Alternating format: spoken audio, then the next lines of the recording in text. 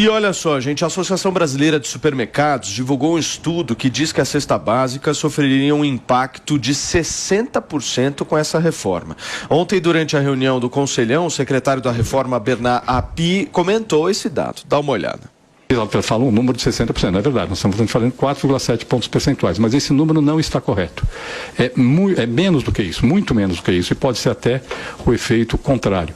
Por quê? Porque eles fizeram a conta só considerando a alíquota nominal, esqueceram todo o efeito de cumulatividade de imposto pago e não recuperado ao longo da cadeia.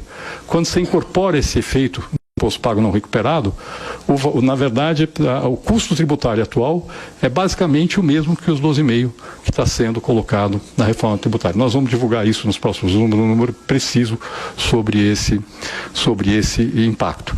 Então, só colocar, não tem aumento de tributação da cesta básica. Queria deixar isso claro. Isso já está dentro do desenho da reforma tributária.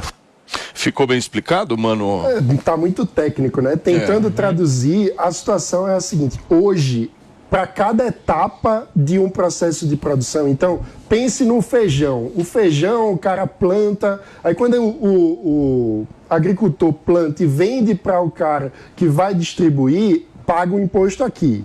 Aí, na verdade, bem antes ele já está pagando imposto, né? Quando ele compra uma semente, está pagando imposto. Quando ele compra um produto para irrigação, ele está pagando imposto. Então, em todo o processo produtivo, ele está pagando imposto.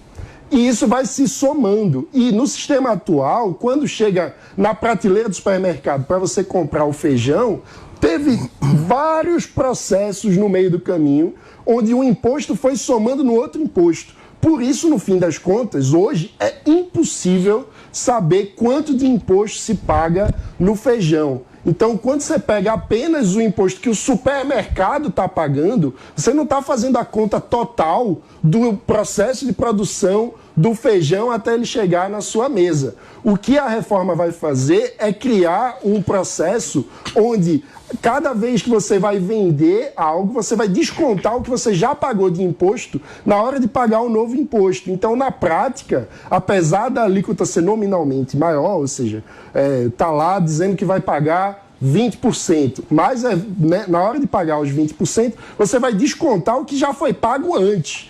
Então vai tirar o efeito de cumulatividade, que é isso que eu acho que você deveria ser o coordenador da reforma tributária. Confiaria muito mais do que o Bernardo. Eu colocaria ele como no Ministério da Agricultura. Mas o Bernardo Api é um grande técnico. Eu gosto dele. Eu colocaria ele no Ministério da Agricultura. Por quê? Olha, ele sabe falar do feijão. Por conta disso. Olha, ele sabe fazer todo o cálculo do feijão. Olha o quanto que o feijão chega na nossa mesa. Vamos falar de política. Porque esse assunto da reforma tributária, ele envolve toda uma narrativa também, né? A gente está vendo o quê? Os governadores se juntando, fazendo um bloco e dizendo que, vou arrecadar menos. E o governo federal e o Arthur Lira numa outra frente dizendo, isso precisa ser aprovado porque está há 30 anos sendo discutido. Isso. E aí depois as perdas a gente vai ver lá para frente, vão criar comissão e tal, não sei o quê.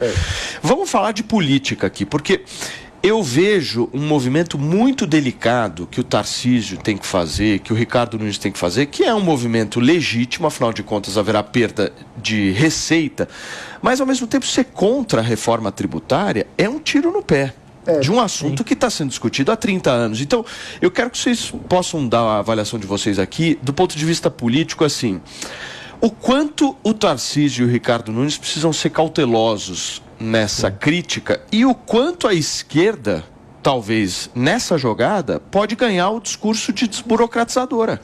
Que é uma loucura. Olha que coisa maluca. Eu estou dando Boulos com um discurso a favor da desburocratização. Isso pode cair no colo dele, afinal de contas, ano que vem tem eleição aqui na cidade de São Paulo. Mas eu não tenho visto. E aí? Eu não tenho visto por parte da direita, por parte do Tarcísio e de outros contrário à reforma como um todo. O que se questionam são pontos específicos da reforma que podem ser ajustados. E a hora de fazer o ajuste é exatamente agora. Só falta combinar com o Bolsonaro, porque ontem no Pânico ele chamou a reforma de soco no estômago do mais pobre. Exato. Então, o Bolsonaro, que foi contra o Plano Real, que foi contra a lei de responsabilidade fiscal, que foi contra as privatizações, está se colocando contra a reforma tributária. Porque a reforma tem graves com essa problemas. trajetória Porque a reforma tem graves problemas. E esses problemas têm que ser sanados. Mas veja que é diferente do que você estava falando. O ponto é, a reforma é fundamental. Pode ter ajuste, claro, numa discussão super complexa dessa, sempre vai ter algum ajuste para ser feito. Mas daí a chamar de soco no estômago do mais pobre... Mas por enquanto, do jeito que está, De forma e ela alguma. precisa ser adaptada. De forma alguma. Do jeito que está... E precisa ser cobrado pela direita. Vamos deixar uma coisa clara. Do jeito que está, a reforma é muito boa para o Brasil. Não é boa. São Paulo, que já tem problema com a arrecadação, vai perder ainda mais a arrecadação. Alguns governos podem perder Como um pouco. pode alguém falar que isso é uma reforma boa? Mas veja só, você está mais preocupado com o orçamento do governo de São Paulo ou com o povo brasileiro? Porque o orçamento já é prejudicado. Eu acho que o orçamento do governo não afeta eu quis o povo. trazer esse tema porque politicamente quem vai se lançar no Brasil é um desastre ser contra. Essa é a discussão, um desastre, porque na hora que você chega mesmo com o argumento de que São Paulo vai arrecadar menos, é o que eu perguntei para Antônio. Pô, você chega na rua, pergunta para as pessoas, e aí, você está se importando se São Paulo vai arrecadar menos? Mas afeta eu tenho elas. certeza que as pessoas vão falar, já arrecada muito. E o efeito de arrecadação, gente, vai ser equilibrado, porque um dos problemas é o seguinte, hoje a gente cobra o ICMS onde as coisas são produzidas. Com a mudança, o imposto vai ser cobrado no lugar onde é vendido. Então, isso gera um pouco de diferença. Só que São Paulo, além de ser o maior produtor, também é o maior consumidor. Então, o efeito não é tão ruim assim. Há muito terrorismo e muito receio. E, claro, também precisamos lembrar que todos os governadores... Não, todo governador quer ter mais receita para si. Mas é óbvio, não é para si, é para o povo. Você gera receita para fazer políticas públicas. Mas olha você não é um defensor de boas políticas públicas? Que sou então o Estado vai arrecadar menos, não vai fazer nada? Não, veja, o que eu estou dizendo é legítima essa disputa. E todo governador, veja, os governadores do Norte, Nordeste, Centro-Oeste também vão querer puxar para sua sardinha. Todo governador vai querer ter mais grana para poder gastar. Só que essa discussão é lateral em relação ao efeito de simplificação da carga tributária para a vida do brasileiro comum. Se um governador A ou B vai ter mais ou menos recurso, isso é uma questão para Vamos falar